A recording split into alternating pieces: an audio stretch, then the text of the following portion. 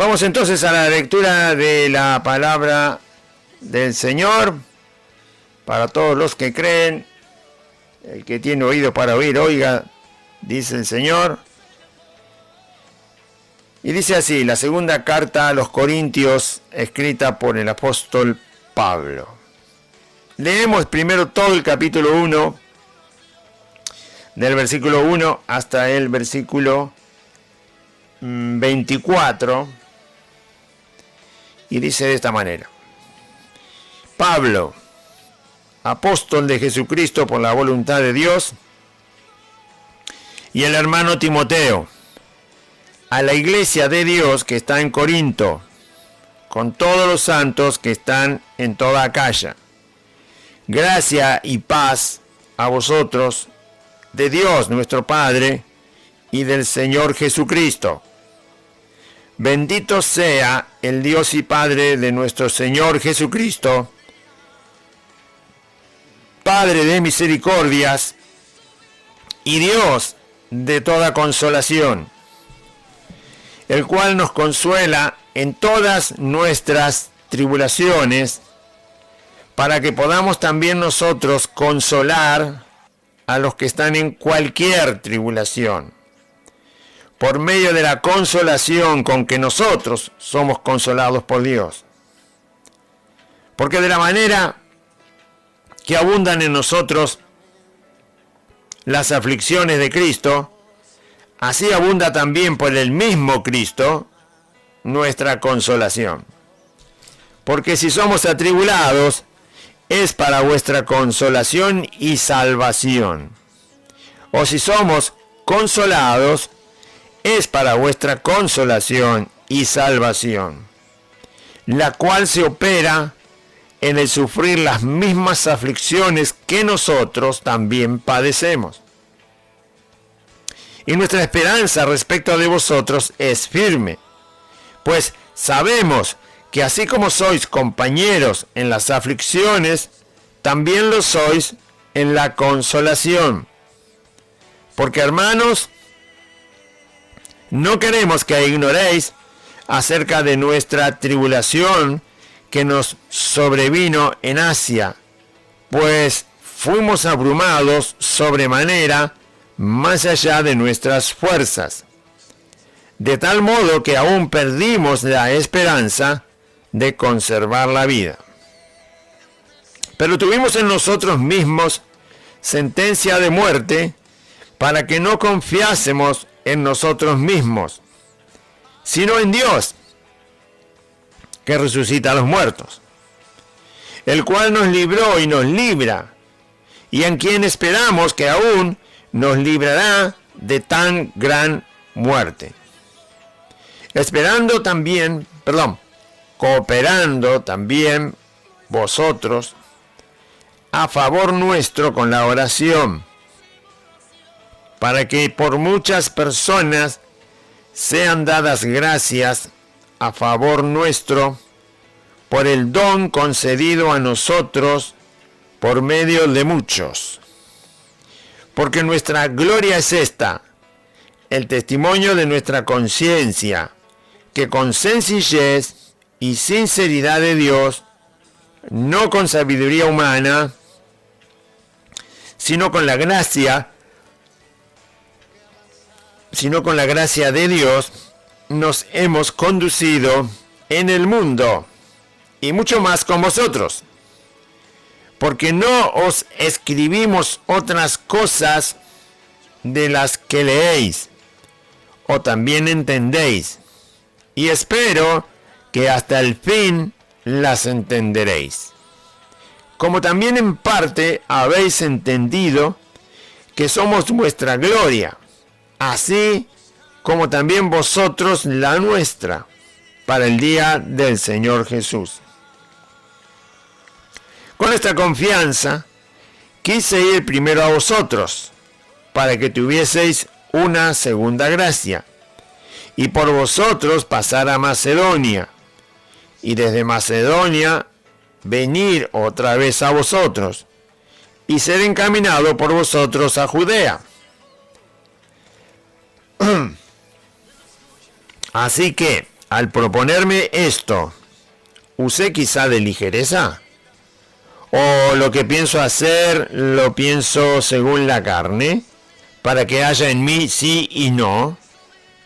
Mas, como Dios es fiel, nuestra palabra a vosotros no es sí y no, porque el Hijo de Dios, Jesucristo, que entre vosotros ha sido predicado por nosotros, por mí, Silvano y Timoteo, no ha sido sí y no, mas ha sido sí en él. Porque todas las promesas de Dios son en él sí y en él amén. Por medio de nosotros, para la gloria de Dios. Y el que nos confirma con vosotros en Cristo, y el que nos ungió es Dios, el cual también nos ha sellado y nos ha dado las arras del Espíritu en nuestros corazones. Mas yo invoco a Dios por testigo sobre mi alma, que por ser indulgente con vosotros, no he pasado todavía a Corinto. No que nos enseñoreemos de vuestra fe, sino que colaboramos para vuestro gozo, porque por la fe estáis firmes. Muy bien, ese es todo el texto de la primera carta, perdón, de la segunda carta. La segunda carta a los Corintios, el capítulo 1, todo el capítulo 1. Bueno, para seguir leyendo lo que Pablo, inspirado por el Espíritu Santo, escribió a todos estos hermanos que vivían y se congregaban en la ciudad de Corinto, en Grecia, sepa que Pablo escribió la carta a los Corintios, la primera que ya la hemos compartido toda, y esta segunda carta, tiempo después, cuando él recibe la contestación de su primera carta, porque él le envía la carta y espera que los corintios, bueno, pongan por obra todo lo que él le dice en la carta, que obedezcan a lo que les enseña de parte de Cristo Jesús el Señor en cuanto al Evangelio, y corrijan todas las deficiencias, errores que hay entre ellos en la congregación, comprendan también las cosas que Pablo responde que le preguntaron. Así que va a esperar Pablo que le contesten esta carta primera que él mandó. Cuando le contestan la carta, la primera carta, Pablo escribe la segunda carta, que es esta, para seguir cuidando a los hermanos de la ciudad de Corinto. Así que va a ver que él enseña en la carta, como este capítulo primero. También corrige errores que los corintios estaban cometiendo, y además les quita todas las dudas que tienen los corintios sobre algunos temas que le envían a preguntar al apóstol Pablo. Todo eso ocurre en la carta, la segunda carta a los Corintios. En este primer capítulo, si ahora lo vamos a leer otra vez, Pablo habla de la relación entre las aflicciones que pasan los cristianos, situaciones que entristecen, que causan dolor. Se utiliza la palabra tribulación, que significa sufrimiento. Básicamente significa estar sufriendo por alguna cuestión. Por supuesto, sufre más bien el hombre interior, no solo las heridas que uno pueda recibir en el cuerpo y causan sufrimiento y dolor, sino el hombre interior, por dentro. Y esas tribulaciones Pablo dice, son los momentos en donde Dios va a manifestar más su consuelo. Dios siempre está consolando al ser humano porque el ser humano está viviendo en un mundo que le es hostil. No solo al creyente le es hostil y adverso el mundo en el que vive. A la gente que no conoce a Cristo también.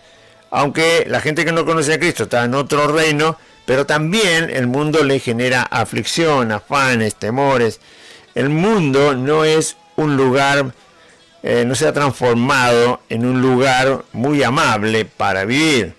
Cada vez es menos amable y justo el mundo en el que vivimos. Ya lo dijo Jesús anticipando que por multiplicarse la maldad en el mundo, el amor de muchos se enfriaría. Así que eso es lo que se va a experimentar día a día. La maldad se multiplicará cada vez más. Y para un creyente, la tribulación, el sufrimiento, está en una relación estrecha con la capacidad que tiene Dios de dar consuelo. Imagínese una cosa, o piense en una cosa. Si el mundo no tuviera ningún sufrimiento, absolutamente ninguno, cero, nada, si nada nos provocara sufrimiento en este mundo, entonces nunca podríamos experimentar el consuelo de parte de Dios, porque nunca lo necesitaríamos. ¿Entendió? Si no se sufriera absolutamente nada en este mundo, si no hubiera nunca una aflicción en este mundo, si jamás una persona experimentara tristeza, dolor, angustia, aflicción, entonces nunca nadie, absolutamente nadie, conocería el consuelo que viene de parte de Dios. ¿Por qué? Porque no sería necesario. Porque al no haber sufrimiento, nadie necesita ser consolado. Al no estar afligido, nadie necesita ser consolado.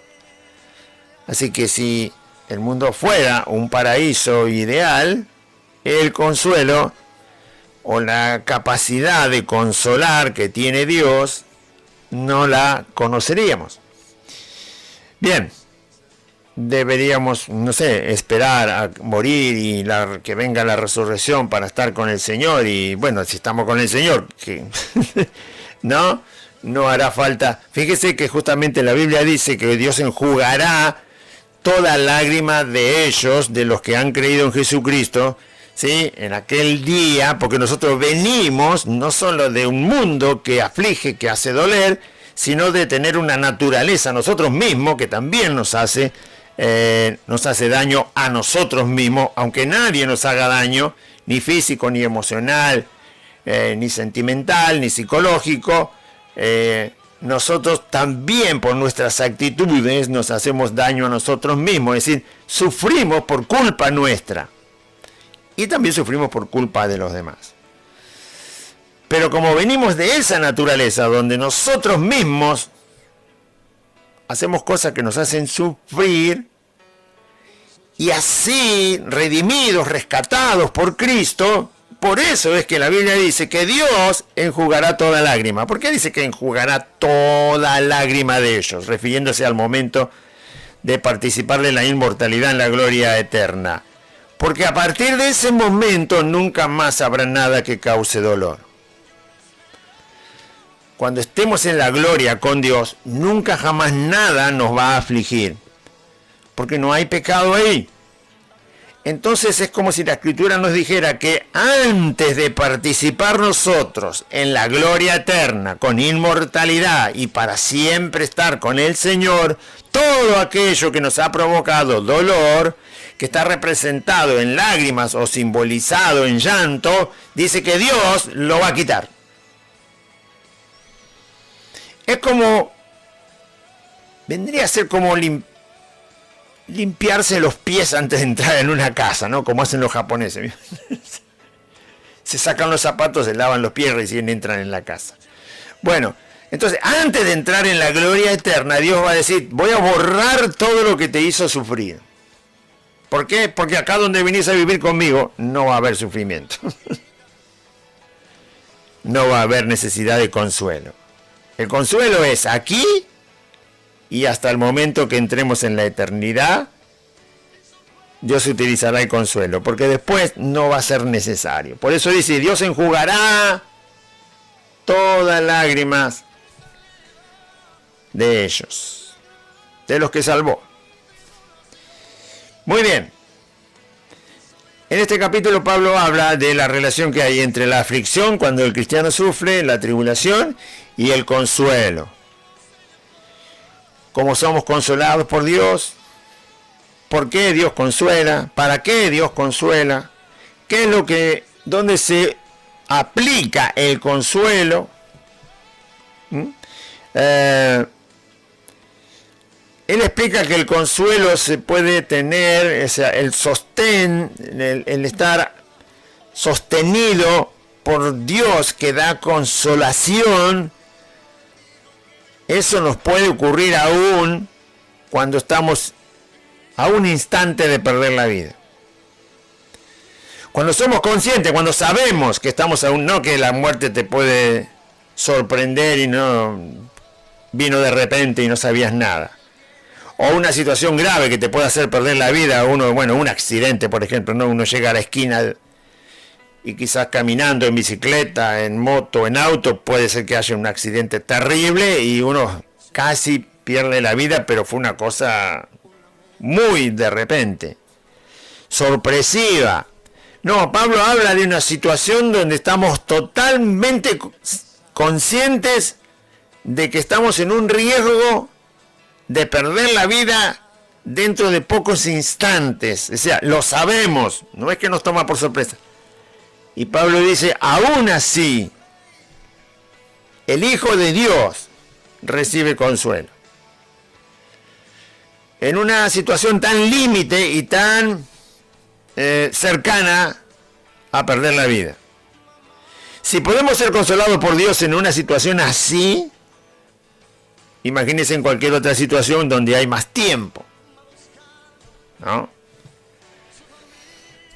Si a usted lo secuestran y los secuestradores le dicen que en 2 horas lo van a ejecutar y usted no tiene manera de escaparse porque está atado con una cadena o lo que sea, y para que usted esté seguro de que están hablando en serio, lo torturan, le pegan, le hacen toda clase de lastimaduras y males para que vea que es en serio lo que le dicen, y le afirman que dentro de 2 horas vuelven a donde está usted encadenado y le van a quitar la vida. Entonces, esa situación de conciencia de que uno va a perder la vida y tiene tiempo, muy poco tiempo, pero tiene tiempo, era lo que a Pablo le había pasado.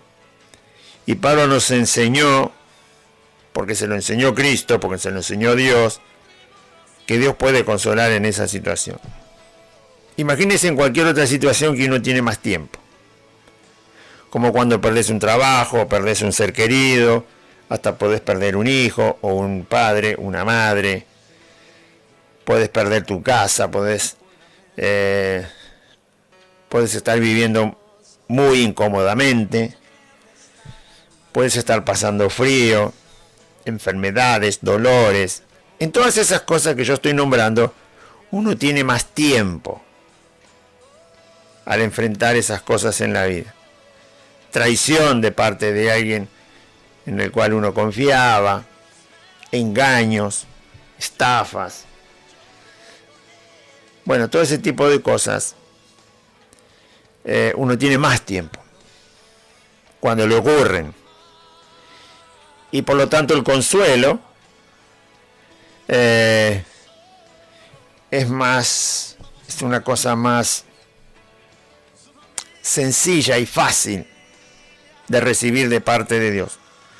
Cuando tenés muy poco tiempo, como le pasó a Pablo, que estuvo sentenciado a muerte, y una muerte que iba a llegar muy rápido.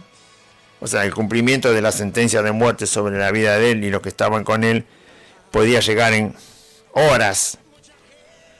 O sea que había poco tiempo y ellos explicaron, y Pablo lo pone, que fue consolado por Dios. Porque el tema del cual habla es el consuelo que Dios da. Por supuesto cuando está en ese momento, el momento de aflicción, de dolor, de peligro. Y después habla también el apóstol Pablo les vuelve a decir a los corintios que cuando él quiso ir a visitar a los corintios, no pudo. Les vuelve a recalcar que no fue antojadizo, que Pablo todavía no fue, sino que no está yendo porque está cumpliendo una tarea ahí en Éfeso y que va a ir, ¿sí? Que sepan que cuando él, lo que está diciendo Pablo al final de este capítulo es que él, cuando les dijo algo a los corintios, nunca lo dijo con el interés de engañarlos o de ser irresponsable y no cumplir con lo que dijo. Pablo les dijo que él iba a ir a Corintio y ahora vuelve a recalcar que va a ir a Corintio. Que la demora que está teniendo el viaje para ir a Corintio de parte del apóstol Pablo, no lo tomen los corintios como que Pablo es una persona que no cumple lo que dice. Sino todo lo contrario, Pablo va a cumplir con lo que dijo, va a visitar a los corintios, va a ir y vuelve a explicarles que él es una persona que no les va a fallar. Bien, cosas que uno tiene que aprender, todos tenemos que aprender estas enseñanzas, porque en el relato, si bien el relato fue una situación entre Pablo y los hermanos de Corintio, a los cuales él les había predicado el evangelio por primera vez, nosotros tenemos que imitar a Cristo. Pablo es una persona, un apóstol de Cristo, que imitó a Cristo, que se comportó como el Señor Jesús enseña en su palabra, y entonces, enfrentando diferentes situaciones, aprendemos por los escritos que Dios inspiró, cómo nosotros podemos comportarnos de tal manera que agradamos a nuestro Señor Jesús. Si debemos ser responsables, también debemos aprender cómo debemos ser responsables. Si debemos ser fieles, también debemos aprender cómo ser fieles. Si debemos cumplir con lo que decimos, también debemos aprender cómo cumplir con lo que decimos, ¿no? Porque es fácil, vos le preguntás a una persona, ¿vos cumplís con lo que decís? Sí, yo siempre cumplo. Bueno, hay que ver de qué manera lo cumplo. Todo el mundo va a decir, sí, yo cumplo con lo que digo. Bueno, veremos de qué forma. Hay que ver a qué cosa le llaman cumplir con lo que uno dice. Hay que ver a qué le llamamos ser responsable cuando decimos que somos responsables. Entonces el texto nos ayuda a aprender todo ese tipo de cosas. Muy bien.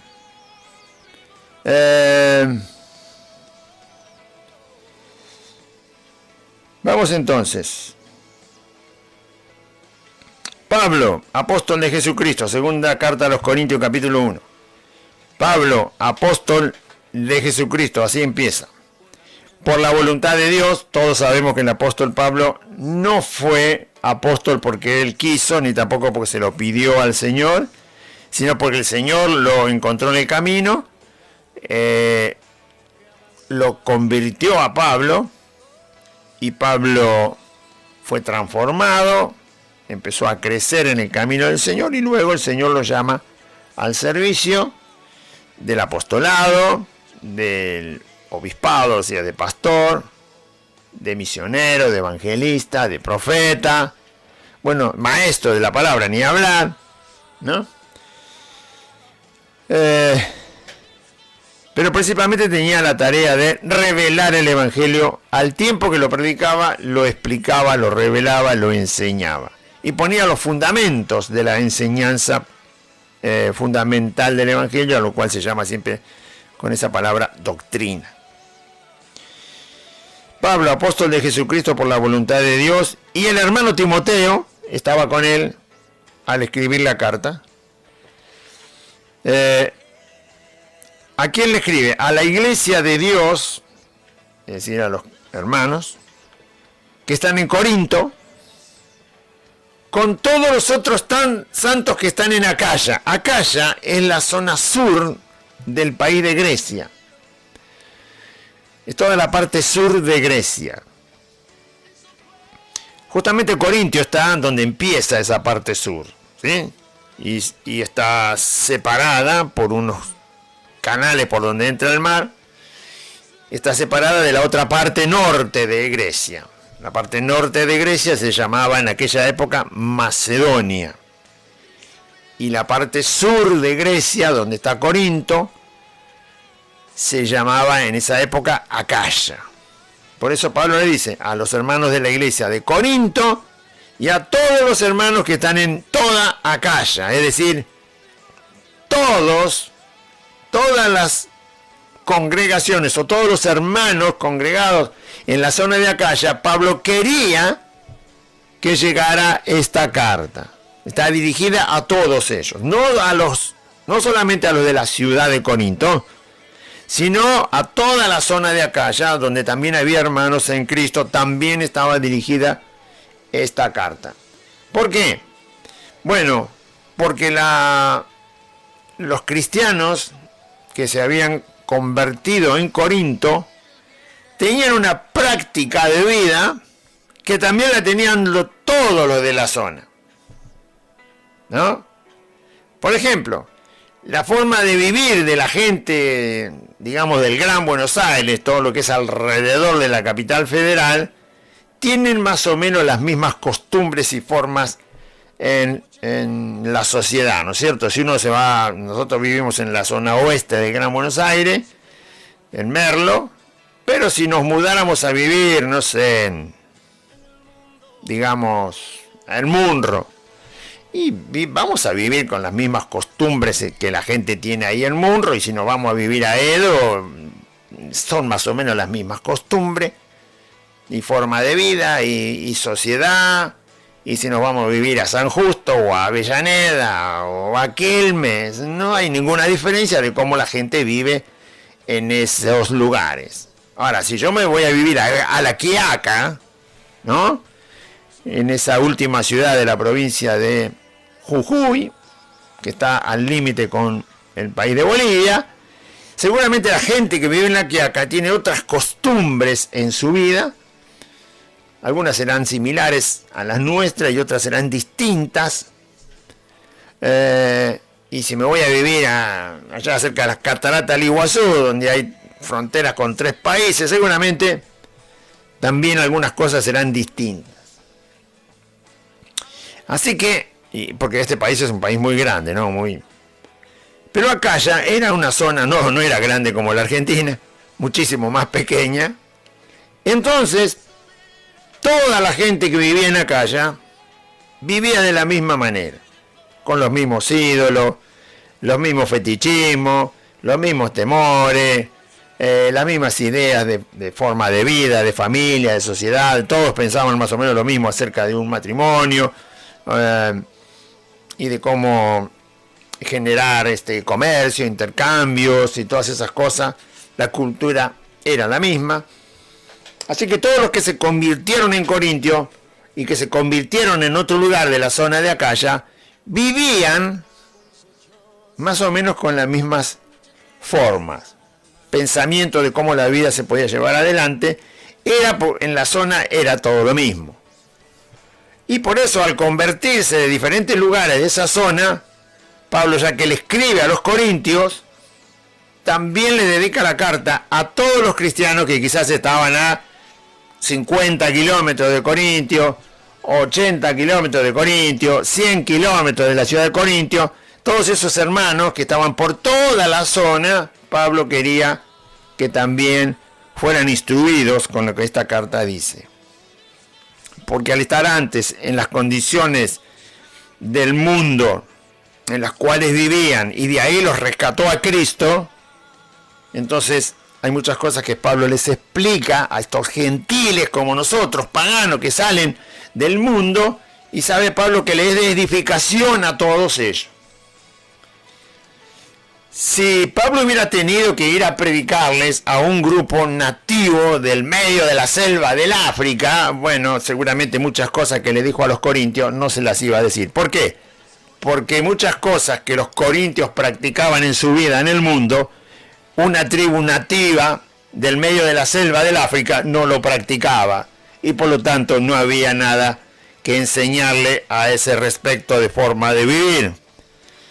Pero a los que vivían alrededor del Corintio, 20, 30, 15, 40, 50, 100 kilómetros del Corintio, sí vivían de la misma manera.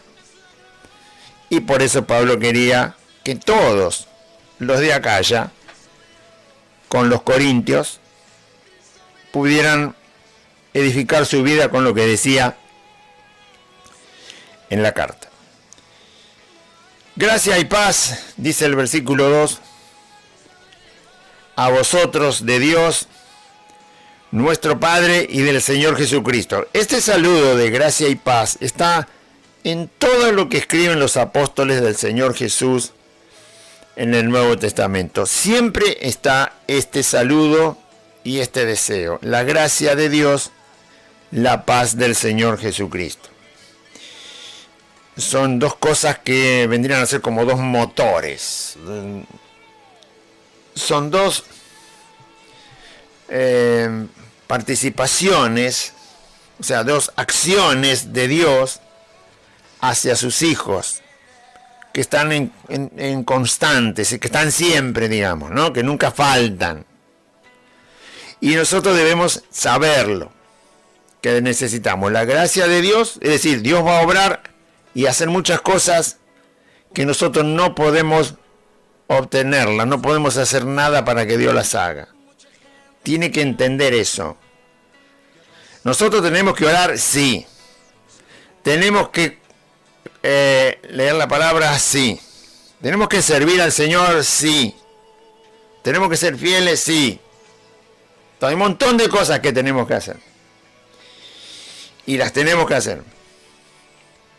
Pero Dios va a hacer muchas cosas que aún haciendo eso que Dios nos dice y nosotros lo hacemos, Dios va a hacer muchas cosas en las cuales Dios no va a esperar que nosotros hagamos exactamente todo lo que nos dice, porque no siempre lo vamos a hacer. Y si Dios tuviera que esperar a que nosotros hiciéramos exactamente todo lo que Dios dice para hacer algo,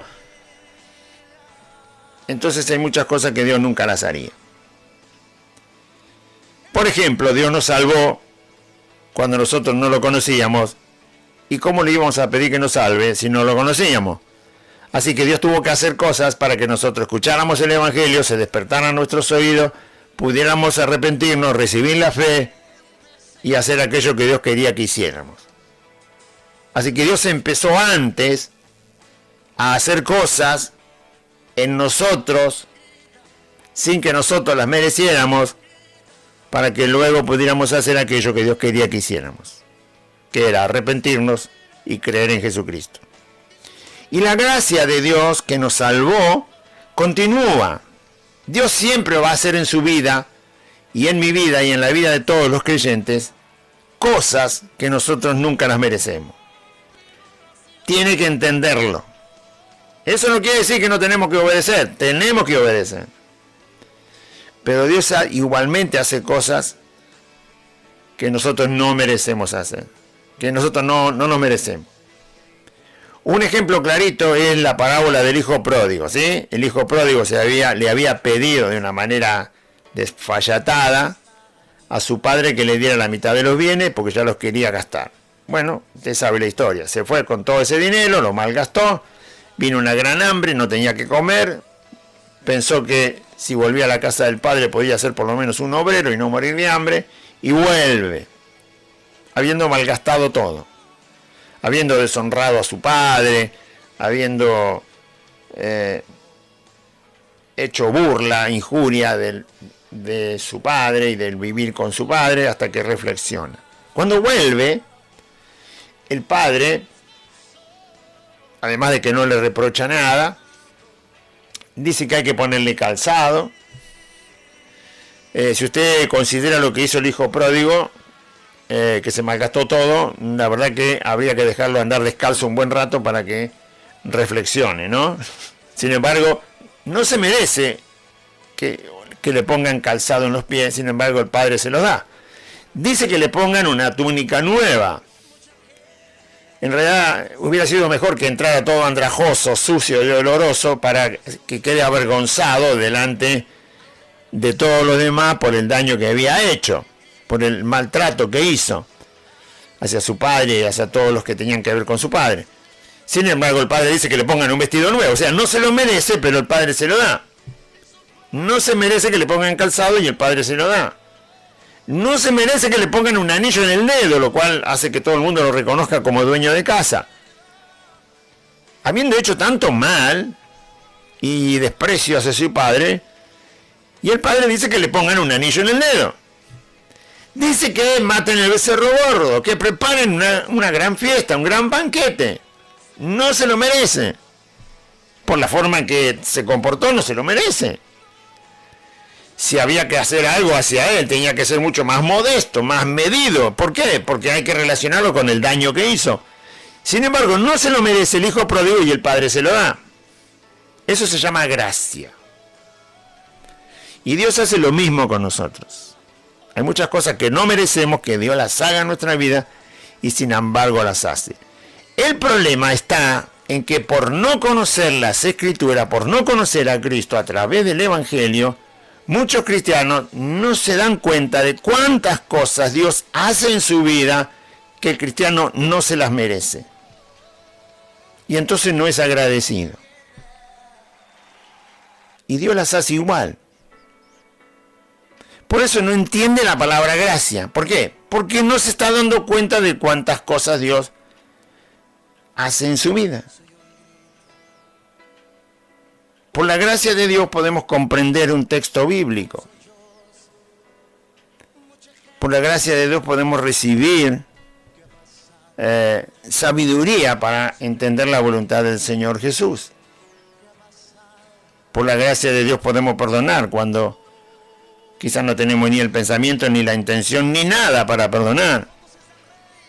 Por la gracia de Dios nos podemos congregar. Bueno, hay un montón de cosas. Por la gracia de Dios tenemos hermanos en Cristo. Muy bien. Y la paz de Cristo, muy bien, tiene que ver con conocer al Señor Jesús. Si usted está todo el tiempo diciendo gloria a Dios, aleluya, qué bendición, qué bendición, qué bendición, y el único que dice qué bendición, bueno, usted no está conociendo a Cristo, por lo tanto, difícilmente tenga la paz de Cristo. Si conoce a Cristo, entonces tiene la paz de Cristo. Si no lo conoce a Cristo, no tiene la paz de Cristo. Cuanto más lo conozca a Cristo, más va a experimentar la paz de Cristo. Cuanto menos lo conozca a Cristo, menos va a experimentar la paz de Cristo. Y la paz de Cristo la necesitamos hasta que Él venga. Gracia y paz a vosotros de Dios nuestro Padre y del Señor Jesucristo. Y ahora empieza el apóstol Pablo a decirle a los corintios y a todos los hermanos de Acaya: bendito sea el Dios y Padre de nuestro Señor Jesucristo. Y define al Padre de esta manera. Escuche. Padre de misericordias. Padre de misericordias. Con ese. ¿Cuántas misericordias hay? Tantas como las situaciones en que son necesarias. ¿Cuántas formas de misericordias hay de la mano de Dios hacia sus hijos? Hay tantas formas de hacer misericordia de parte de Dios a los creyentes como necesidades el creyente tenga. Cada cosa que Dios hace hacia nosotros, obviamente la misericordia de Dios tiene que ver. Si Dios escucha nuestros ruegos, es porque es un Padre misericordioso. Si Dios tiene paciencia con nosotros por nuestras fallas, es porque es un Dios de misericordia. Si Dios considera darnos algo por su gracia, porque no lo merecemos, es porque es un Padre de misericordia, es un Dios de misericordia. Si nos sacó del mundo y no nos dejó ciegos en la idolatría y en todo el engaño del diablo, es porque es un Padre de misericordias. Dios aplica su misericordia de manera constante, permanente, continua, cada vez que Él se propone hacer algo en nosotros. Y lo hace todo el tiempo. Porque la Biblia enseña que nunca decayeron sus misericordias. Esto quiere decir que nunca dejaron de estar. Es como si el sol nunca se escondiera. ¿No? Imagínense que el sol nunca se escondiera. Estaríamos siempre con la luz del sol. ¿Y cuándo va a bajar el sol para que sea de noche? Y no baja nunca, porque siempre es de día, siempre es de día, siempre es de día y siempre es de día. Bueno, ¿sabe cómo es la misericordia de Dios? Siempre. Siempre. Siempre. Nunca decayeron sus misericordias, dice un versículo del Antiguo Testamento. Y la misericordia de Dios se renueva de día en día. Es decir, que no hay un día o un momento del día y de un día hacia otro día, nunca su misericordia deja de estar. Es como si el sol nunca dejara de brillar y no hubiera noche. Bueno, por eso dice Pablo que Dios es un Dios, lo llama Padre de misericordia. Es como si engendrara a Dios misericordia constantemente. Lo que quiere decir es que Dios hace misericordia constantemente, permanentemente. No es que hay un día especial, ¿no?, para que Dios haga misericordia, no sé, los martes y los jueves y después chau, se acabó, tenés que esperar hasta el otro martes o hasta el otro jueves porque no hay misericordia el resto de la semana.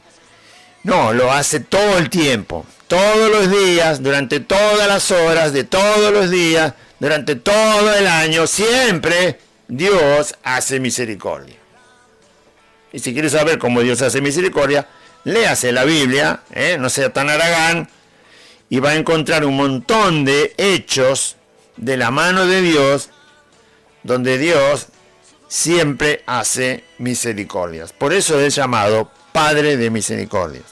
Cuando Cristo vino al mundo y reveló la persona del Padre e hizo la obra que el Padre le envió a hacer y resucitó de entre los muertos, y se completó la escritura, obviamente ahora entendemos más fácilmente cómo es que Dios siempre hace misericordia. Hasta hace misericordia con su creación, con los animales, ¿no? Jesús enseñó que las aves no siembran, no cosechan, no guardan en granero, y sin embargo Dios las alimenta. Así que hace misericordia inclusive con su creación. Muy bien. Dios es Padre de misericordias y es un Dios de toda consolación, no de consolación en algunos casos.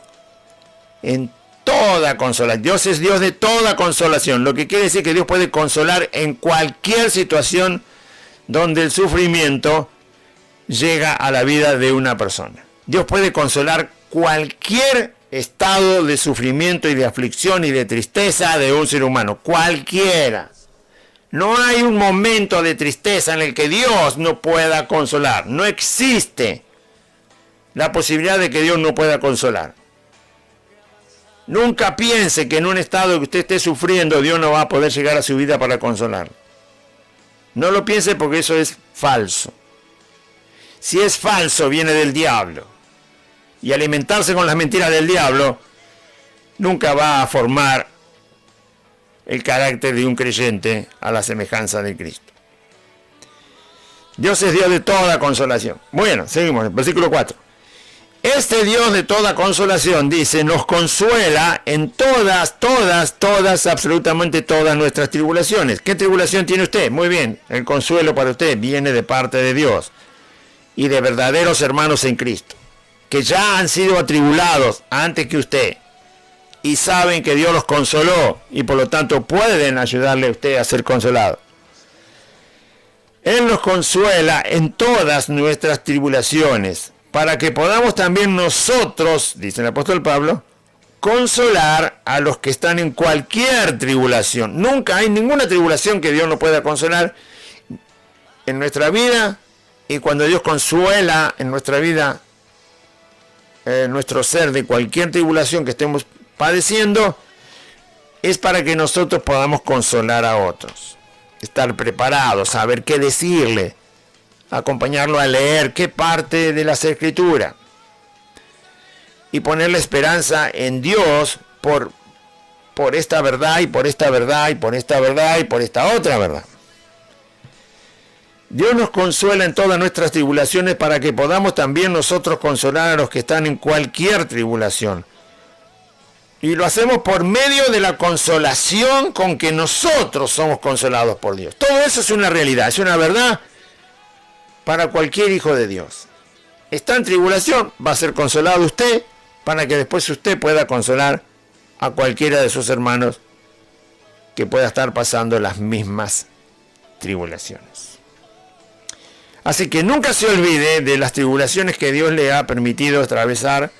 Nunca se olvide de cómo Dios le consoló a usted, porque la tribulación terminó en algún momento, y le consoló durante la tribulación. Todo ese consuelo uno no tiene que olvidarlo jamás, porque en algún momento vamos a tener delante nuestro personas, hermanos, que también están atravesando las mismas tribulaciones, y entonces le vamos a tener que hablar y testificar de cómo Dios nos consoló a nosotros. No está bien pedirle a Dios que nos ayude en una prueba y después que Dios nos libró de la prueba, olvidarnos de cómo Dios lo hizo, para qué lo hizo, cómo fue Dios el que nos sostuvo y nos consoló, y después cuando otra persona está en una situación similar, no decir nada y callarse la boca. No, hay que testificar, hay que hablar de cómo Dios te consoló, hay que compartirlo. Hay que compartirle a la persona los pasajes de las Escrituras a los cuales Dios me guió, o me habló, o escuché en un sermón bien intencionado y bien basado en la palabra. Nunca hay que olvidarse. Porque de la manera que abundan en nosotros las aflicciones, muchas aflicciones, de todo tipo, ¿no?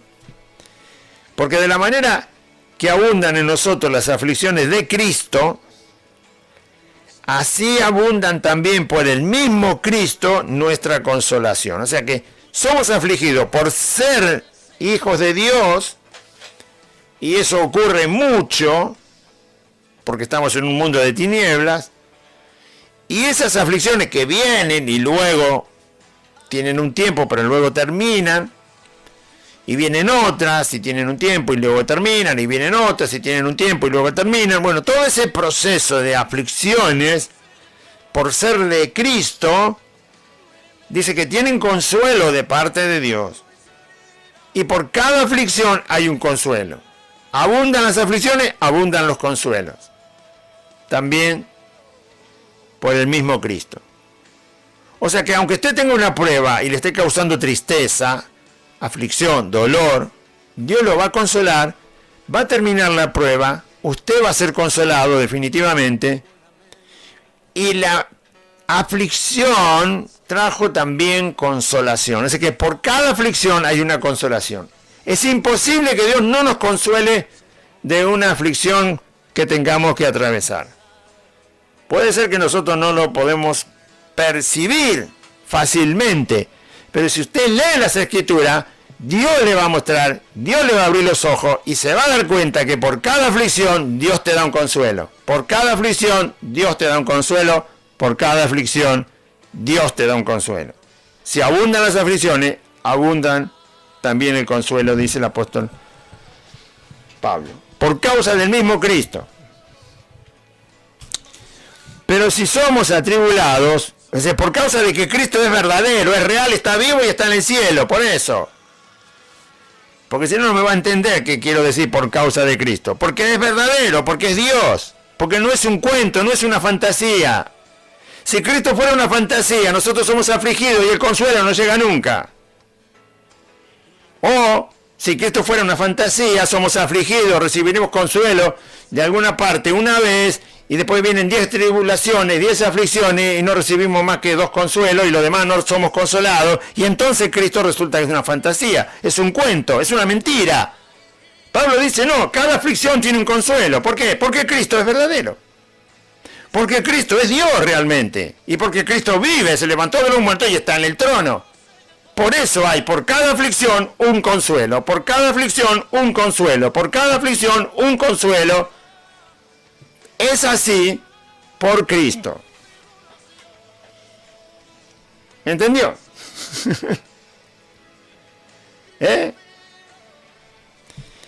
Bueno. Pero si somos atribulados, o sea, ¿cuál es el fin de que seamos atribulados? Es para vuestra consolación y salvación. Le dice Pablo a los Corintios.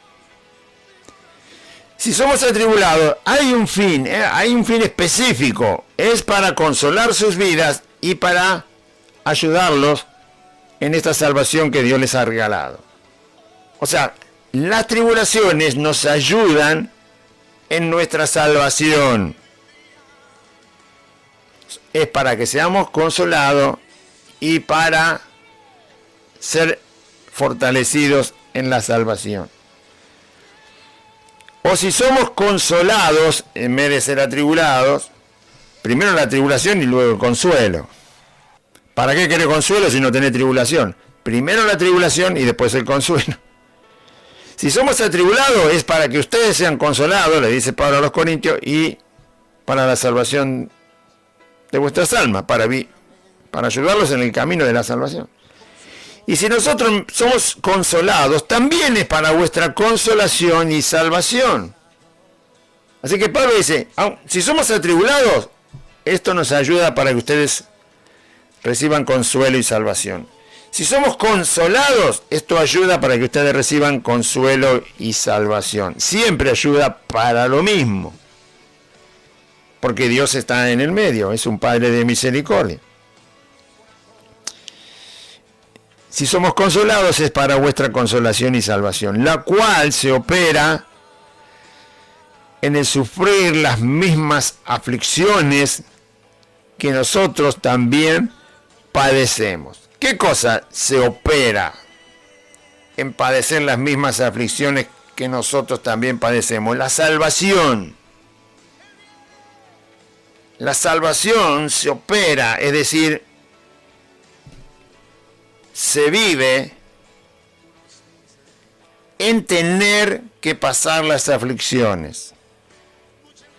Jesús dijo que con nuestra paciencia salvaríamos nuestras almas. Es decir, Dios te va a introducir en la salvación y hasta que nosotros no nos vayamos de este mundo, por haber sido introducido en la salvación, aparecen las aflicciones. Por esa salvación aparece. Si Dios no nos hubiera salvado, las aflicciones que pasa un cristiano nunca las tendría. Nunca las experimentaría. Experimentaría otros dolores y tristezas del mundo, pero no las aflicciones de Cristo. Fíjese que nosotros tenemos que guardar la verdad. Cristo vino a hablar la verdad. Y nosotros estamos obligados a guardar la verdad y compartirla. Eso produce aflicción. Nos va a poner en situaciones de aflicción. ¿Por qué? Porque el mundo no quiere la verdad. Si el mundo quisiera la verdad y abrazaría la verdad, ¿sí?, de manera abierta, gozosa no habría aflicción al predicar el Evangelio. Pero el mundo no quiere la verdad. Por eso está la aflicción, la tribulación. Jesús vino a hablar la verdad y terminó clavado en una cruz. Nosotros debemos guardar la verdad y hablar la verdad, y el mundo se nos va a oponer. Y algunas personas del mundo se van a convertir por la gracia de Dios. Así que la salvación se opera en el sufrir las mismas aflicciones que nosotros también padecemos. Lo cual quiere decir de manera más sencilla, todo aquel que experimente el perdón de Dios por la fe en Cristo, en este mundo, no va a ser bien aceptado. Y nuestra esperanza respecto de vosotros es firme. Es decir, Pablo y todos los que lo habían, Pablo, Timoteo, que escribe la carta, y los que conocían a los corintios, dice, la esperanza que tenemos de ustedes es firme, es segura, no tenemos ninguna duda, pues sabemos que así como sois compañeros en las aflicciones, y las soportáis, también lo sois en la consolación. Todos los cristianos tenemos que aceptar la aflicción, y al mismo tiempo saber que somos consolados de parte de Dios, que Dios no nos abandona.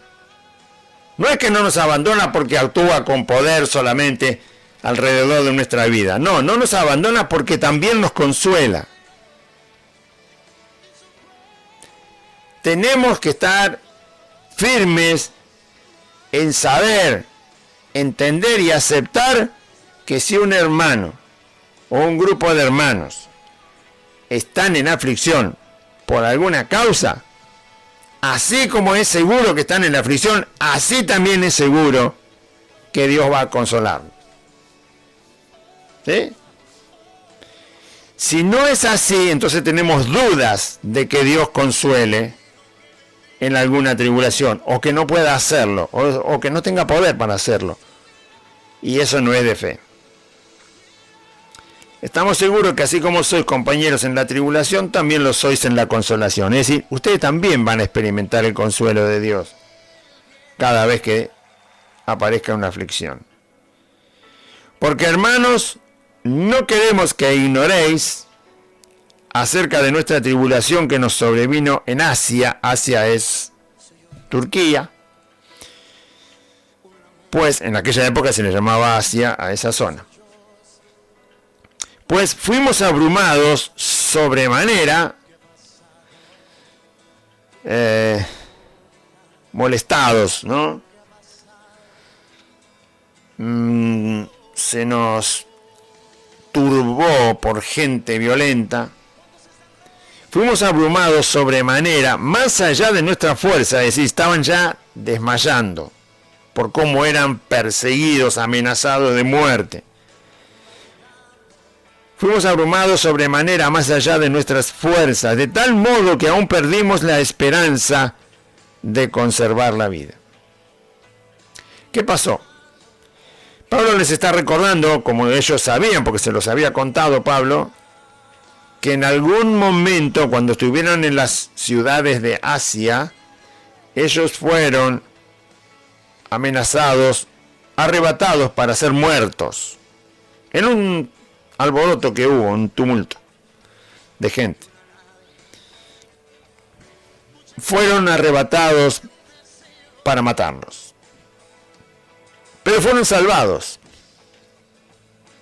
Por eso él les recuerda esto que les había contado, de que en ese momento donde estaban a punto de perder la vida, de una manera muy de repente, digamos, sin saber ellos que ese problema iba a surgir, pero surgió muy rápido, en un alboroto de gente que se armó, se enojó la gente, y pensaban que Pablo, en ese momento creo que estaba con Bernabé,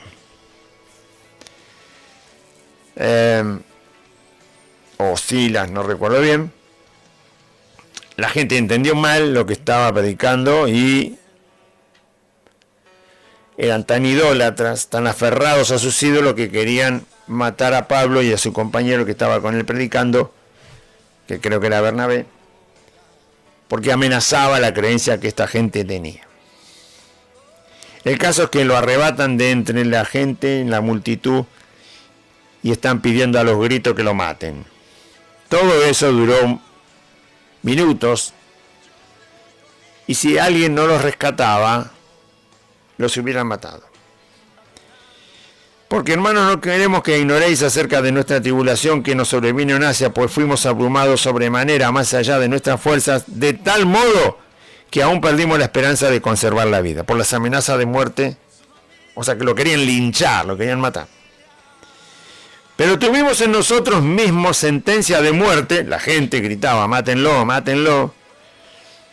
Tuvimos sentencia de muerte para que no confiásemos en nosotros mismos, sino en Dios que resucita a los muertos. Es decir, cuando uno ve el peligro sobre su integridad física, sobre su cuerpo, sobre su vida, y es creyente, tiene que saber que la resurrección de entre los muertos es real porque Cristo resucitó.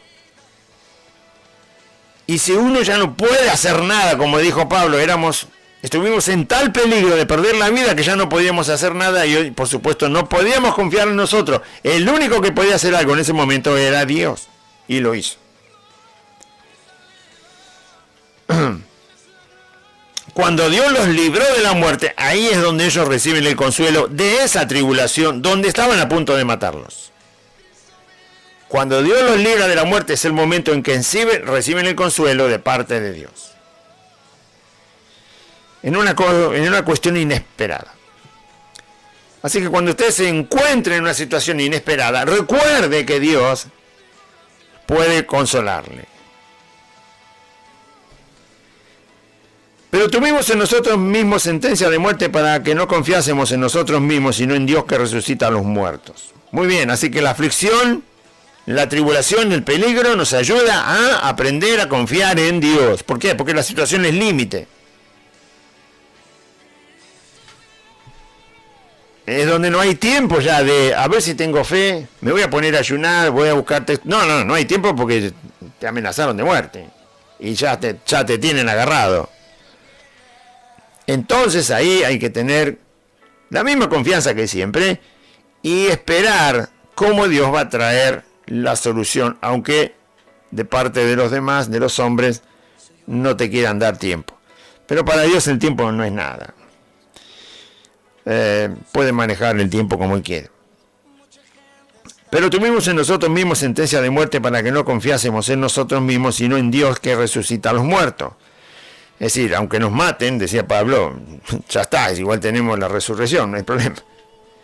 El cual nos libró, en aquel momento que estaban amenazados de ser linchados, y nos libró en aquel momento, nos libra ahora que tengamos cualquier aflicción, y en quien esperamos, en Dios, que aún nos librará de tan gran muerte. Esa gran muerte de la cual Dios nos librará no es la muerte esta del cuerpo que se va al cementerio, sino, Él dice, sabemos que Dios nos librará de tan gran muerte, se refiere a la condenación en el infierno.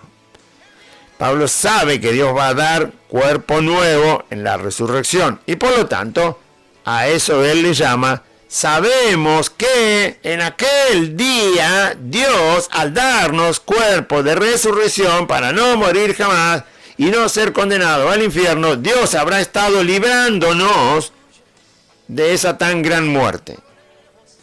Y se refiere a la condenación en el infierno. Cooperando también vosotros, es decir, que no hay pérdida en la muerte.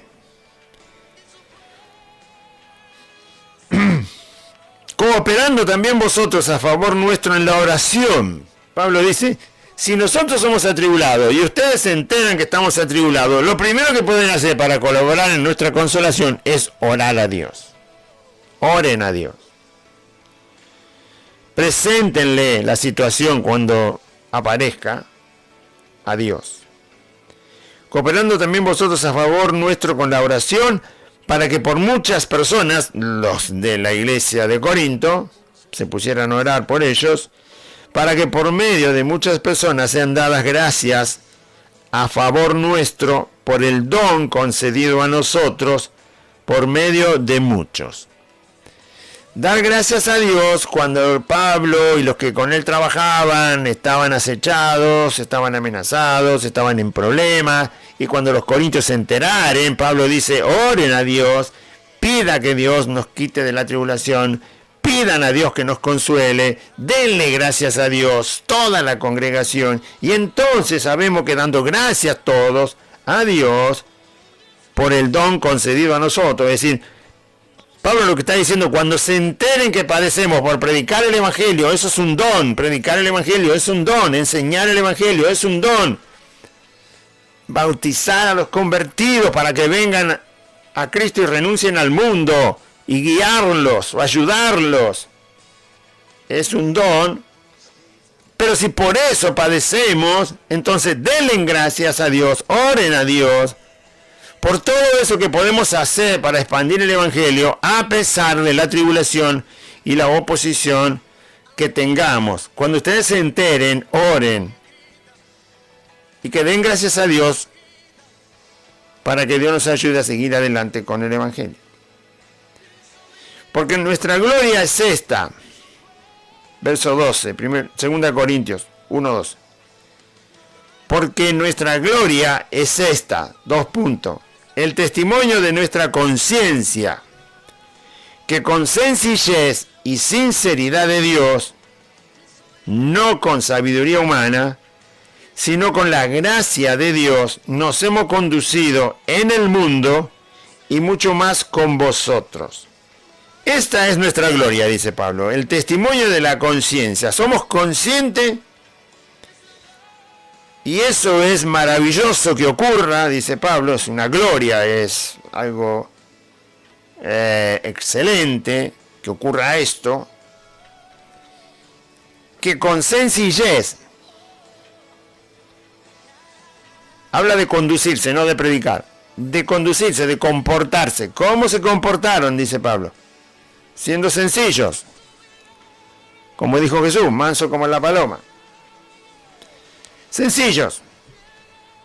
Nos hemos comportado con sencillez, nos hemos comportado con sinceridad de Dios, no con sabiduría humana. Si uno se comporta con sabiduría humana para predicar el Evangelio y enseñarlo, entonces no es una cosa gloriosa, sino una cosa aberrante, fea, sucia, degradante. Si uno pretende predicar, enseñar, exponer, explicar el Evangelio con sabiduría humana. Es con sencillez, con sinceridad y con la gracia de Dios, entregándose a Dios para que Dios nos ayude a hacer esta tarea de llevar su Evangelio por todos lados. Con la gracia de Dios, con sencillez, con sinceridad y con la gracia de Dios nos hemos conducido en el mundo, es decir, con toda persona, y mucho más con ustedes, los creyentes. Esa es la gloria que Pablo tiene sobre su persona. Eso es algo de lo cual él puede decir, bueno, me siento gozoso de que Dios haya hecho esto en mi vida y me haya permitido servirle, anunciarle y predicarle a Cristo con sencillez, con sinceridad y con la gracia de Dios. Porque no os escribimos otras cosas de las que leéis. No hay nada escondido en el mensaje, no hay un doble mensaje, un doble discurso o una doble intención. ¿Vio? Cuando uno escribe con doble intención o habla con doble intención, por lo tanto tiene algo escondido cuando uno habla con doble intención. Bueno, no es así como Pablo predicó el Evangelio, lo enseñó, y tampoco es así con doble intención y con cosas escondidas como se debe predicar y enseñar el Evangelio. Porque no les escribimos otras cosas de las que leéis, no hay nada escondido, está todo dicho de manera clara y sincera. o también entendéis. O sea, no los quiero engañar con nada de lo que él escribe. Y espero que hasta el fin las entenderéis. Cuando se predica con engaño el Evangelio, cuesta entenderlo. Repito, cuando alguien predica el Evangelio con engaño, lo que ocurre es que la persona que escucha le cuesta entender el Evangelio. No solo le cuesta entender el Evangelio, sino que aunque pasa el tiempo, tampoco lo va a entender. Por eso Pablo dice que él hizo todo lo contrario. Él predicó correctamente el Evangelio, no ocultó nada, no hay un doble mensaje, no hay una mala intención escondida cuando predica el Evangelio, y por lo tanto, así como lo predica, así lo escribe, así lo enseña, y así hace que lo entiendan. Y si hace que lo entiendan de manera correcta, porque correctamente lo ha predicado y correctamente lo ha enseñado, Pablo está seguro que lo que un creyente entiende por una buena predicación del Evangelio, nunca lo olvidará y siempre lo entenderá. En cambio, cuando se predica con engaño, con doble intención, con mala intención, la persona no entiende el Evangelio y aunque pase el tiempo, tampoco lo va a entender. Aunque le parezca difícil que sea así. Hoy estábamos pasando por un lugar donde trabaja una persona que ayer la tuvo que reprender. Y entonces estábamos recordando. Y hablábamos entre nosotros. Y decíamos, seguramente si ahora volvemos a hablar con él, porque pasamos por donde trabaja, por el tema que se habló en aquel momento, va a decir, no, pero yo creo en la palabra, y entonces le digo a Aide, seguro que va a decir que cree en la palabra, entonces yo le contestaría, bueno, abrí la Biblia que te voy a señalar algunos versículos para ver si los cree. ¿No?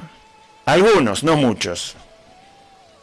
Si vos decís que cree en la Biblia, cada lugar donde tu dedo caiga en la Biblia,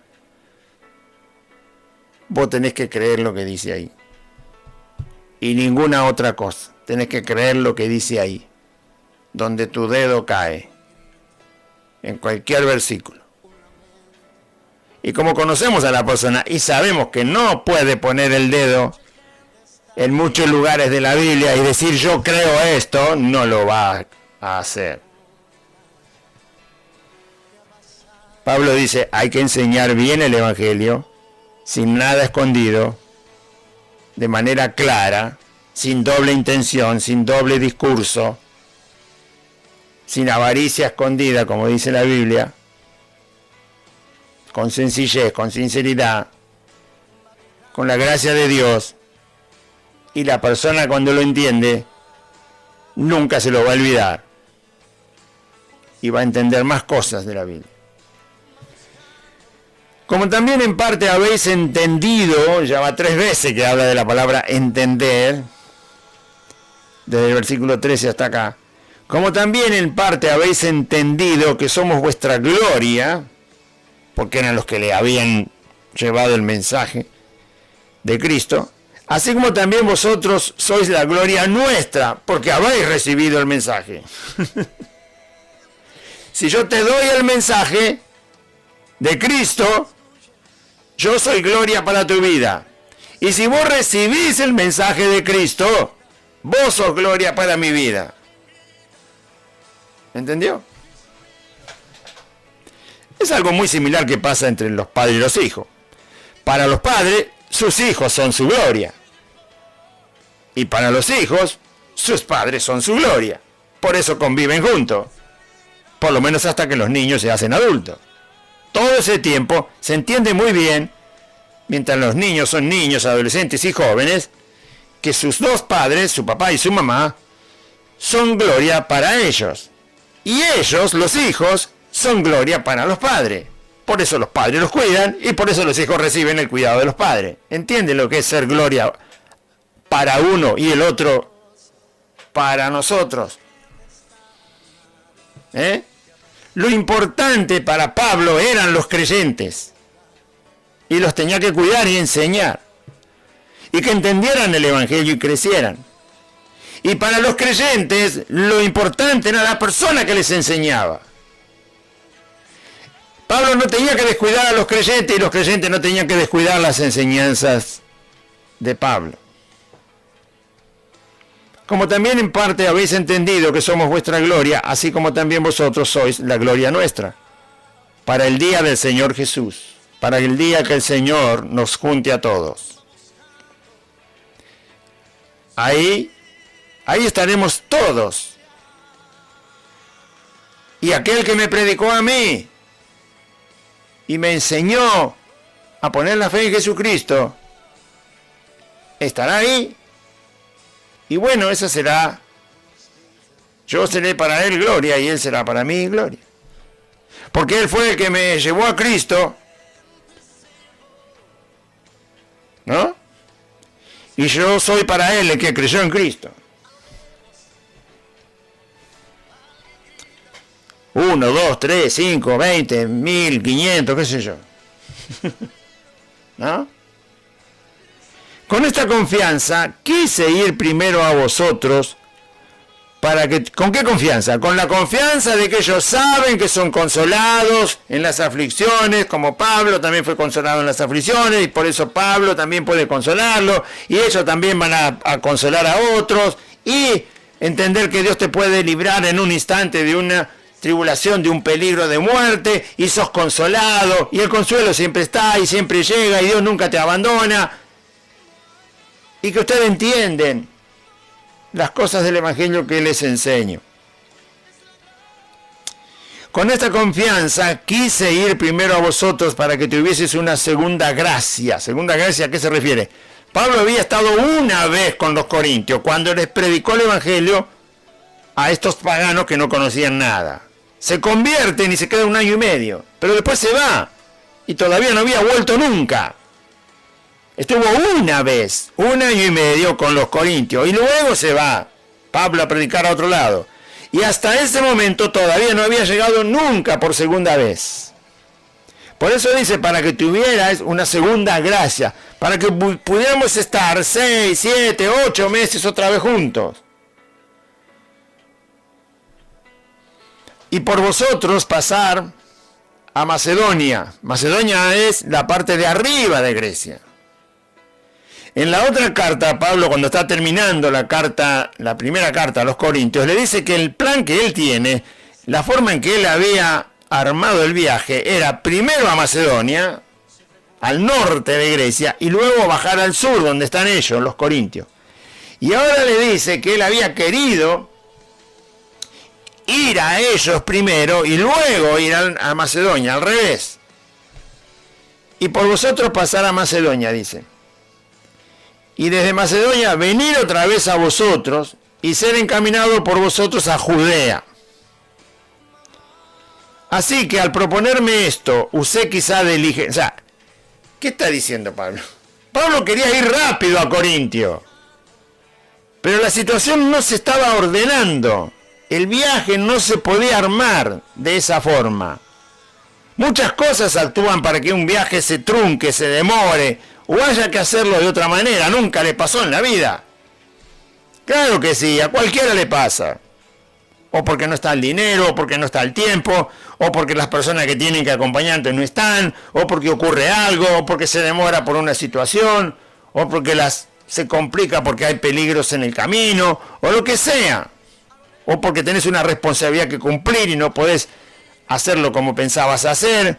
Pablo pensaba hacer el viaje de manera rápida a Corintio y luego ir al norte de Grecia, porque Corintio está al sur, y después de ir al norte de Grecia, volver al sur donde están los corintios, y de los corintios, que los corintios le dijeran cuánto tiempo quería que se quedara, y luego que los corintios le dijeran, bueno Pablo, ahora haz el viaje a Jerusalén. Eso era lo que él quería hacer, Pablo. Pero veía que no podía, por muchas circunstancias que él no las cuenta de manera específica. Entonces Pablo les había dicho, pero el viaje lo voy a hacer al revés.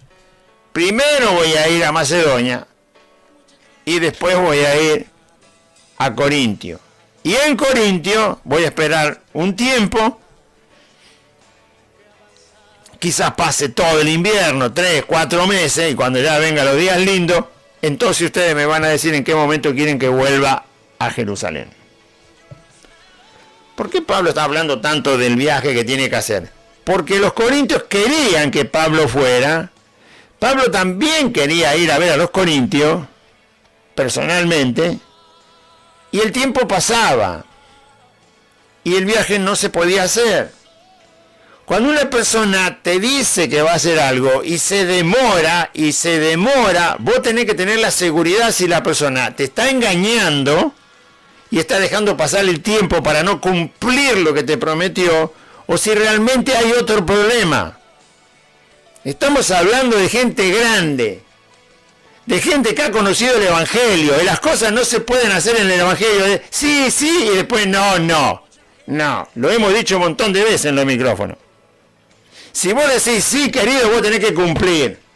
Y hasta el día que te mueras, tenés tiempo de cumplir. No me digas, bueno, ya pasó el tiempo, está bien, no pude, qué sé yo, lo dejamos. No, que lo dejamos nada. Cuando vos abriste la boca y vos cumpliste algo, vos lo tenés que vos prometiste algo, lo tenés que cumplir. No me importa si pasaron 18 años, 25 o 40. Dejaste de cumplir algo que prometiste con tu boca siendo cristiano, siendo un hijo de Dios, vos tenés que cumplirlo. Yo estoy aquí porque abrí la boca hace 42 años. Por eso estoy acá, porque abrí la boca hace 42 años.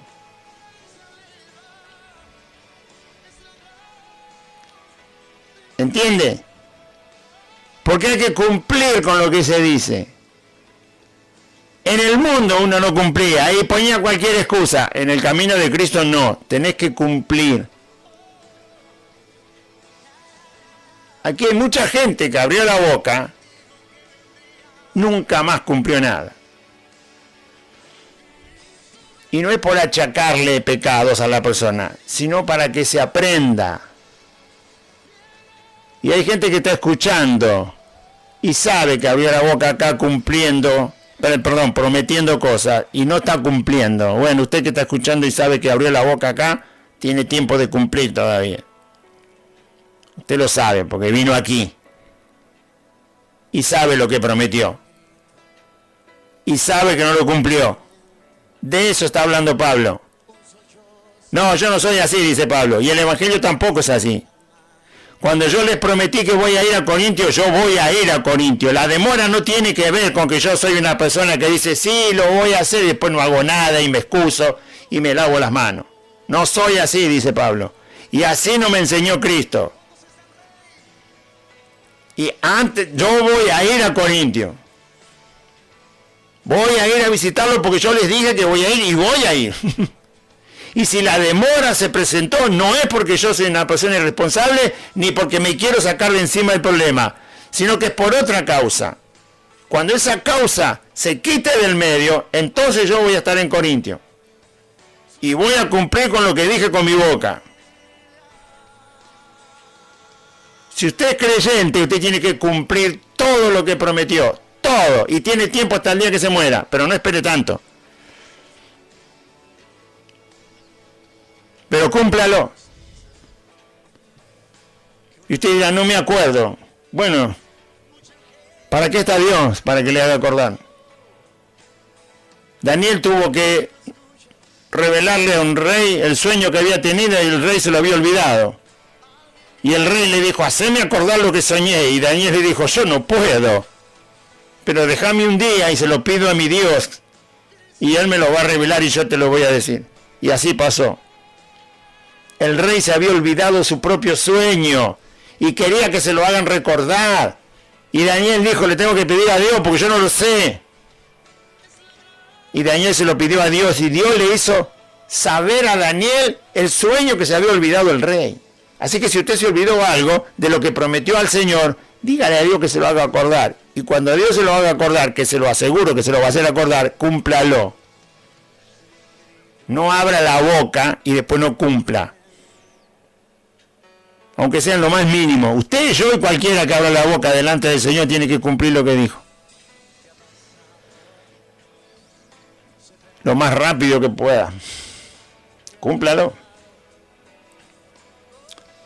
Sí, ya sé que se va a poner bravo y va a decir, Dios no me mostró nada. No, es usted el que no quiere cumplir. Es usted el que no quiere cumplir. No sea mentiroso. O nunca le prometió nada al Señor, jamás le prometió nada.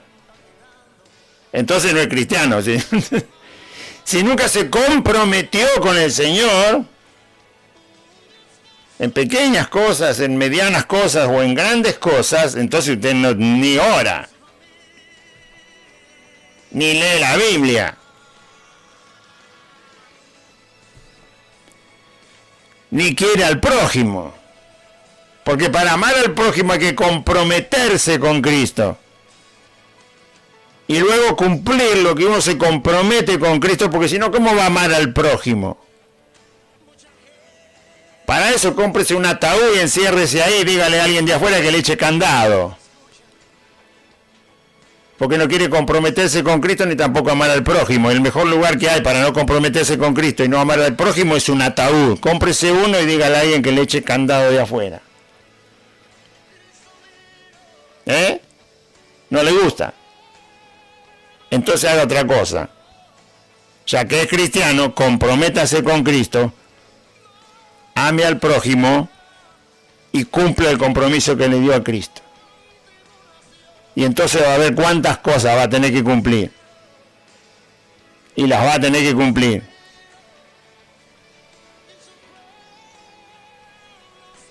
Pablo dice que tenemos que ser en lo que requiere diligencia. Diligencia quiere decir que hay que hacerlo, no hay que demorarlo. Bueno, para más adelante. Bueno, cuando yo vaya, no sé, al seminario, a estudiar teología, cuando tenga dinero, cuando sea... No. Diligencia es lo que hay que hacer rápido. En lo que requiere diligencia, lo que hay que hacer rápido, sin demora, solícitos, es decir, hacelo. Hacelo.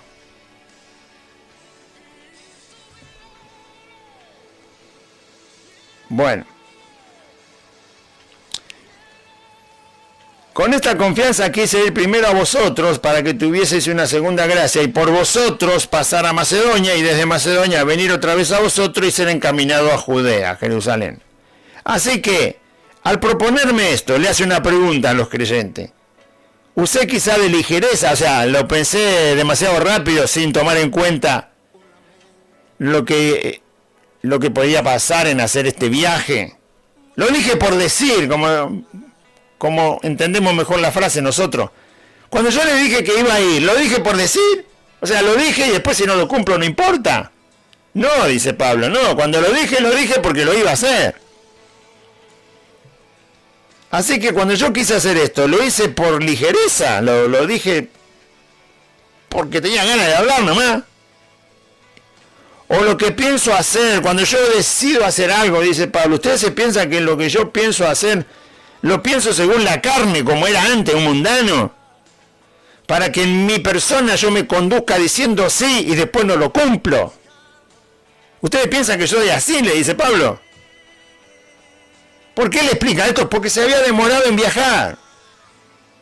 Y cualquier persona cuando se demora una promesa que le hiciste, piensa que sos un sinvergüenza, que no sos responsable y que te querés lavar las manos de lo que prometiste.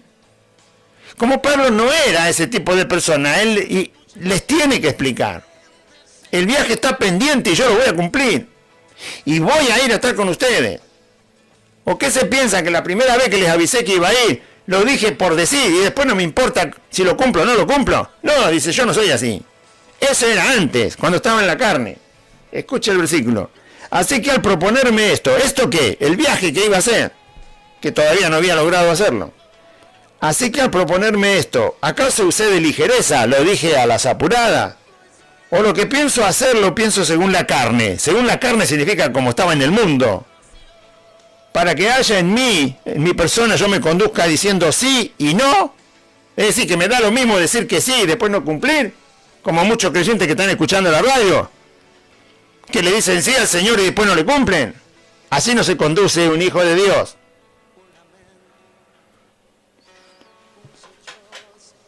Eso es estar todavía como en el mundo. Así dice, mas como Dios es fiel, nuestra palabra a vosotros no es sí y no. Pablo dice, Dios es fiel, Dios me encontró, Dios me enseñó a ser fiel y yo aprendí a ser fiel. Por lo tanto, la manera en que me conduzco es con fidelidad hacia Dios y hacia las personas. Yo no me conduzco diciendo sí y después digo no. Mas como Dios es fiel, nuestra palabra a ustedes, nuestra promesa de ir, no es sí y no. Es decir, cuando yo les dije algo, no era para decirles sí y para después hacerme el distraído y no cumplir. No. Porque el Hijo de Dios, Jesucristo, que entre vosotros ha sido predicado por nosotros, por mí, Silvano y Timoteo, eran los que más le habían enseñado el Evangelio, no ha sido sí y no. Es decir, te digo una cosa y después no lo cumplo. No, no es así como les hemos predicado a Jesucristo. Nosotros les hemos predicado a Jesucristo de esta manera.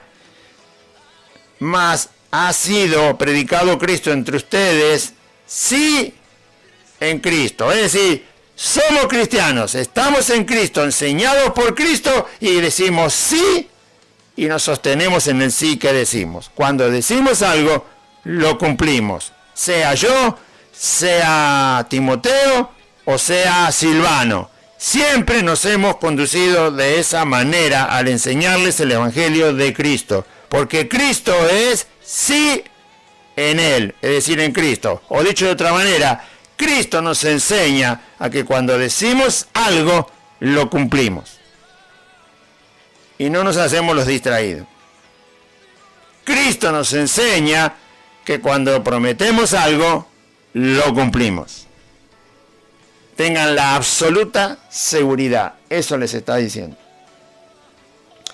Porque todas las promesas de Dios son en Dios, sí, y en Dios, amén. Está diciendo, así como Dios promete algo y lo cumple y lo lleva adelante, así nos ha enseñado a nosotros en Cristo a prometer algo y cumplirlo y llevarlo adelante. Las promesas de Dios son en Dios, sí y amén. Entonces nosotros también las cosas que decimos son sí y amén, las llevamos adelante. Porque todas las promesas de Dios son en Él sí, en Él significa Dios, y en Él, Dios, amén. Por medio de nosotros para la gloria de Dios. Pablo dice, todo lo que le hablamos de Dios es sí, y Dios lo cumple. Todo lo que nosotros le hablamos de Dios es sí, es verdad, y Dios lo cumple. Todo lo que nosotros le hablamos de parte de Dios es sí y amén, es verdad y Dios lo cumple. Por lo tanto, no puede ser que nosotros, predicando a Cristo, digamos una cosa y después no la prometamos. Prometamos una cosa y después no la cumplamos. Y el que nos confirma con vosotros en Cristo y el que nos ungió es Dios. El que nos confirma con ustedes en Cristo, es decir, el que nos ha dado la seguridad de hablarles el Evangelio y que ustedes estén seguros de lo que creen de Jesucristo, es Dios. Dios hace eso. Hace que nosotros les hablemos la verdad de Dios y que ustedes crean la verdad y estén seguros en esa verdad. El que nos confirma para con ustedes en Cristo es Dios. O Dios confirma todo lo que les enseñamos de Cristo. Dios hace real todo lo que nosotros de Cristo les hemos enseñado. Y el que nos preparó para esto, el que nos ungió, el que nos dio los dones y la capacidad para hacerlo es Dios. Lo que está diciendo Pablo es, hermanos, si Dios es fiel, nos ha llamado a ser fiel. No tengan duda, no se preocupen. No les hemos mentido, no los hemos engañado. Y nunca los hemos llevado por un camino donde las cosas se prometen y no se cumplen, sino todo lo contrario. El cual también, refiriéndose a Dios, nos ha sellado y nos ha dado las arras. La arra significa la garantía, la seguridad.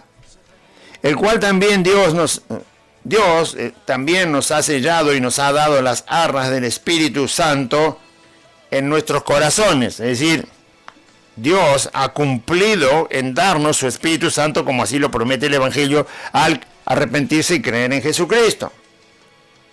Mas yo invoco a Dios por testigo sobre mi alma, sobre lo que hago, sobre lo que pienso, sobre lo que soy, lo pongo a Dios como testigo, que por ser indulgente con vosotros no he pasado todavía a Corintio. Ahí está la respuesta de por qué todavía Pablo no había ido a Corintio. Por ser indulgente. Indulgente significa perdonador. Por dejar pasar la falta hasta que ellos reflexionen y se arrepientan. Darles tiempo para que se arrepientan de aquellos pecados que practicaban y que Pablo les reprende en la primera carta. No fui rápidamente a Corintio porque fui indulgente, es decir, perdonador. No fui a Corintio rápidamente porque quería que ustedes reflexionaran con la primera carta, se arrepintieran de sus pecados que estaban llevando adelante y yo pudiera recibir de ustedes noticia de que realmente estaban arrepentidos. Si hubiera ido rápido, seguramente los encontraba sin arrepentimiento y la situación iba a ser más dura y más severa. Por eso dejé pasar el tiempo, está diciendo Pablo, para que ustedes puedan reflexionar y al ver yo su arrepentimiento, yo poder perdonarlos. ¿Sí? Y entonces la disciplina y la cuestión iba a ser mucho más llevadera, más liviana. O sea, uno de los motivos por los que no viajé rápidamente fue para darles tiempo para el arrepentimiento, ¿se entiende? Y así poder darles a ustedes el perdón como corresponde. Pablo no les iba a otorgar un perdón si no había verdadero arrepentimiento en los corintios. Si Pablo viajaba rápidamente y los corintios no habían tomado en serio la primera carta y seguían con sus pecados, que eran terribles, entonces Pablo no iba a darles el perdón hasta que no los reprendiera duramente, cara a cara, y se arrepintieran y abandonaran eso tan pecaminoso que estaban practicando. Entonces ahí está, les está explicando por qué. No es que no fui porque soy un charlatán y te digo que voy y después no voy. No, no es así. No fui porque les di tiempo para el arrepentimiento, por eso no fui. Mas yo invoco a Dios por testigo, es decir, Dios sabe exactamente que estoy diciendo la verdad, dice Pablo, sobre mi alma, que por ser indulgente con vosotros no he pasado todavía a Corinto. No que nos enseñoremos de vuestra fe, no es que yo sea tu patrón, no es que yo sea tu general, no es que yo sea tu capitán y que tenés que hacer cerrando los ojos y tapándote los oídos todo lo que yo te digo como un sargento que te da órdenes, no es por eso, sino que colaboramos para vuestro gozo, porque por la fe estáis firmes. ¿Qué está diciendo Pablo? No es que les estoy tratando como un sargento, que hagan esto porque si no van a ver, no. No, nosotros no nos enseñoramos de ustedes, ni de la fe que han recibido, sino que colaboramos. Hice esto de darles tiempo para que se arrepientan, no porque yo sea el mandamás de sus vidas, sino porque estamos colaborando, estamos haciendo lo que es necesario para que ustedes con la carta reflexionen, oren a Dios como iglesia, como cuerpo, se cuiden, se arrepientan, le pidan perdón al Señor y van a recibir el gozo del perdón de Cristo. Ayudarlos con la carta fue para que ustedes se arrepientan y le pidan perdón al Señor, corrijan su caminar y obviamente al ser perdonados por Dios van a recibir el gozo del Señor, porque ustedes por la fe están firmes. Pablo le está diciendo, ustedes tienen la fe para hacer eso que yo les dije en la carta. No es que están en el mundo, no, están en Cristo, están en la fe. La fe los va a ayudar a reflexionar en cada cosa que les escribí en la primera carta, para alcanzar un genuino arrepentimiento delante de Dios en oración y de recibir de Dios el perdón. Porque Pablo conoce a Dios, sabe que si hay arrepentimiento genuino, Dios perdona a sus hijos. Y entonces los va a llenar de gozo. Porque ustedes están firmes por la fe. Pablo está diciendo, escúchame una cosa, si estás arriba de un puente, que pase toda el agua que quiera abajo. Estás en un puente, que corre al río. Ustedes no están en el mundo, están en la fe. Cualquier error que cometan pueden arrepentirse y reciben el perdón de Dios en Cristo. Y eso les va a dar el gozo del perdón. Sé dónde están en Cristo, están firmes en la fe. No quiere decir que son angelitos que se portan bien todo el tiempo. Si los estaba corrigiendo con la primera carta. Pero sabe dónde están parados. ¿Sí? Están en un lugar seguro. Están firmes por la fe en Cristo Jesús. Por lo tanto, sus errores, sus pecados, sus falencias, yo las corregí en la primera carta. Les dije lo que tienen que hacer. Sabía que lo iban a hacer y por lo tanto iban a ser llenos de gozo. Y eso era lo que yo quería, dice Pablo. Distinto es hablarle a un mundano que no entiende nada. ¿Qué debe decir un mundano que se arrepienta? Se da la media vuelta y se va y se ríe. Pero estos ya no eran mundanos, estos ya eran creyentes. Firmes por la fe.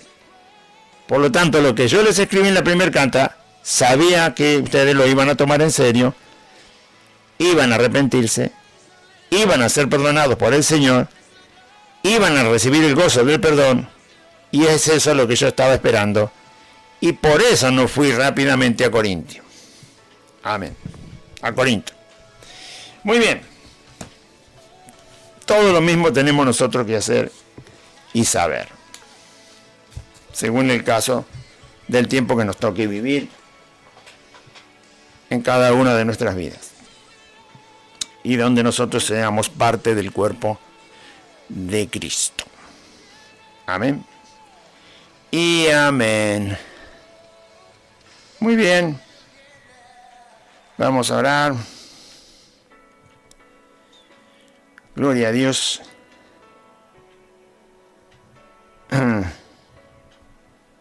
Déjeme que anoto algo. Y ya.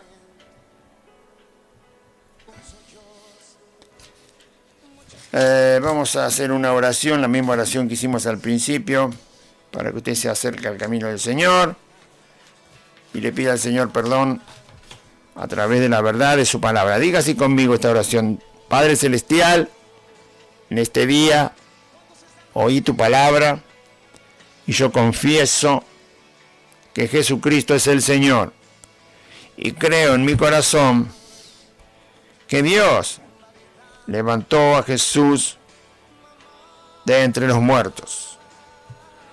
Señor Jesús, te pido perdón por todos mis pecados. Reconozco que soy pecador y tú eres el único Salvador. Te ruego que me des tu Espíritu Santo y anotes mi nombre en el libro de la vida. Y renuncio a Satanás, a los demonios, al pecado, al mundo, a la enfermedad y a la muerte. Y te doy gracias, Padre Santo, por Jesucristo tu Hijo, mi Salvador. Amén y amén. Le invitamos, audiencia, a usted que está escuchando la radio, que pueda estar congregado. Vuelvo a dar la invitación. Nosotros estamos en Merlo Norte los días jueves y domingo a las 4 de la tarde, en la calle Santa Fe, 2540, a 8 cuadras de la barrera de la estación de Merlo, lado norte, por la misma calle de la barrera que se llama Solanet, 8 cuadras hasta llegar a Santa Fe. Cuando llegue a Santa Fe, doble a la izquierda, la cuarta casa es Santa Fe 2540, el número está en el buzón del correo y en un portabicicleta que dice Buenas Nuevas, ahí también está la dirección Santa Fe 2540. Hay un pino muy alto aquí al lado del Pilar de la Luz. Le esperamos jueves y domingo 4 de la tarde. Recuerde también que le estamos solicitando a la audiencia su colaboración para la radio. La radio necesita la colaboración de su audiencia. Una ofrenda de amor voluntaria. Usted puede colaborar con su ofrenda llegando aquí los días de reunión. También puede dejar su colaboración en el buzón del correo, como si fuera una carta de la correspondencia, en un papel cerrado, en un sobre cerrado. Lo puede dejar allí y colaborar así con la radio. También puede depositar en el Banco Galicia, en cualquier sucursal del Banco Galicia. Hay una caja de ahorro en pesos, que ahora le voy a dar el número. Y en esa caja de ahorro en pesos puede hacer el depósito de su ofrenda para la radio. Y así nos va a ayudar a seguir adelante en esta gran tarea de predicar el Evangelio de Cristo hasta que Cristo venga otra vez al mundo. El número de la caja de ahorro es este: 40 58 92 25 05 92. Repito, caja de ahorro en pesos en el Banco Galicia. En cualquier sucursal, no importa donde usted viva, en esa sucursal puede depositar y la radio va a recibir su ofrenda. La caja de ahorro es esta: 40 58 92 25 05 92. Muy bien. Gracias a todos los que puedan colaborar. Son muy poquitos. Con los 5 dedos de una mano nos sobran 2. Y hasta 3. Para contar los que colaboran a través del banco. Bien, haga un esfuerzo y colabore.